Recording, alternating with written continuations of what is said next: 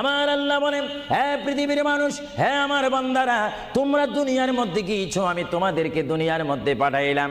পাঠাইবার পরে আমি জানি তোমরা অনেক অন্যায় পথে যাবে, অনেক কাজ করবে, যে কাজগুলোর মধ্যে তোমাদের গুনাহ হয়ে যাবে।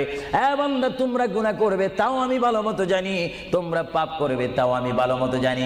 বান্দারে, পাপ করার পরে, গুনাহ করার পরে একাই কি মসজিদের মধ্যে তোমরা কেঁদেছো, রব্বানা যালামনা, বলেন রব্বানা যালামনা আনফুসানা ওয়া ইল্লাম তাগফির লানা ওয়া তুরহামনা লানাকুনান্না মিনাল খাসিরিন বলে বলে মসজিদে কেঁদেছো, আসরের নামাজ পড়ে কেঁদেছো, যোহরের নামাজ পড়ে কেঁদেছো, মাগরিবের পড়ে কেঁদেছো, এশার নামাজ পড়ে কেঁদেছো।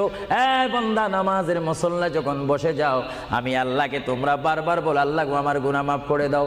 তারপরও আমি তোমাদের এই গুনাহ মাফ করে নিই। তারপরও তোমরা নিশি রাত্রে, মানুষ যখন ঘুমে যায়, তোমার বিবি যখন ঘুম যায়, তোমার ছেলে যখন